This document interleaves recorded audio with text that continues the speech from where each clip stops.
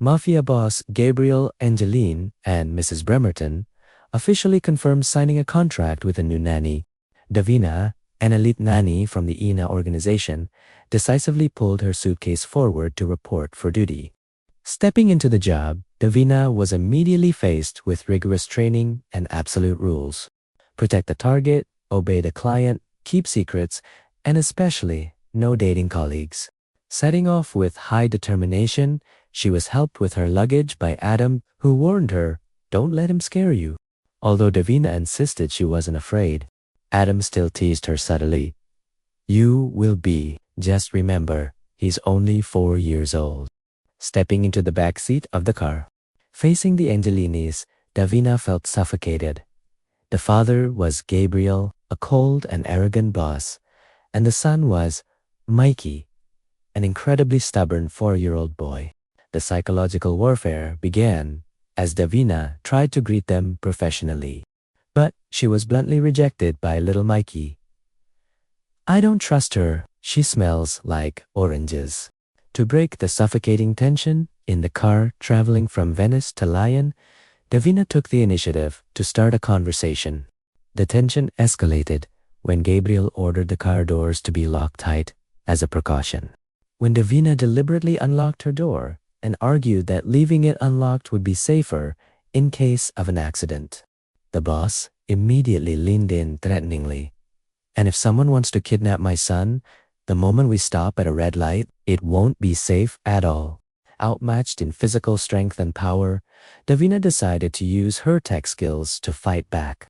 Noticing that the smart car's Wi-Fi network slash was completely unsecured, she flew across her laptop keyboard, hacking into the car's system, and controlled the glass partition slash between the driver and the back seat, making it open and close repeatedly to everyone's utter bewilderment.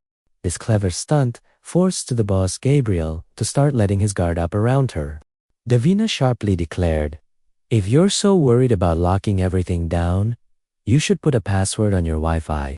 The car came to a halt at the secondary estate of the Angelini family in Lyon, France. Entering the villa, Davina immediately grew alert at the strange emptiness. Not a single security system or surveillance camera was in sight. After being shown to their rooms, Gabriel immediately announced a firm decision to Mikey. From now on, he would stay entirely with his nanny and was no longer allowed to follow him into gang business. Feeling hurt and resentful, thinking his father was sidelining him for being weak, Mikey exploded in rage. He screamed, "You need me!"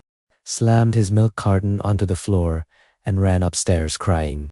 Gabriel stood alone in helplessness, bitterly blaming himself. "I should have never involved you in this." Witnessing the scene, Davina expressed empathy for the boy's lack of affection. But Gabriel only warily admitted that he had kept the child too close to him. Gabriel decided to lay his cards on the table and frankly admit, "I am the underboss of the Angelini Mafia crime family." He revealed he had countless enemies and they were willing to commit any act of violence to get to his only son, the sole heir to the family. That was why he needed an elite nanny like her. Understanding the life or death nature of the mission, Davina firmly promised, "I will protect the boy with everything I have." Gabriel decisively issued a single supreme command to her. Absolute, never let Mikey out of your sight.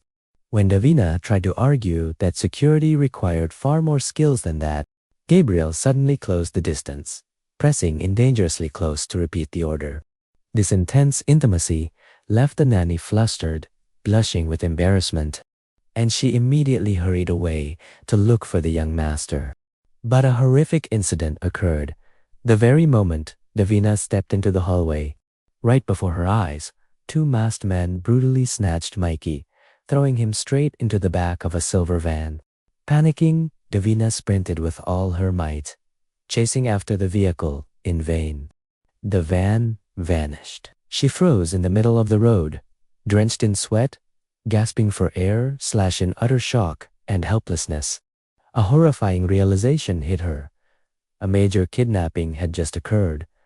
On her very first day on the job, Just then, her boss, Gabriel, stepped out from the shadows, his murderous face and tightly clenched, threatening fists plunged Davina into a breathtakingly dangerous situation.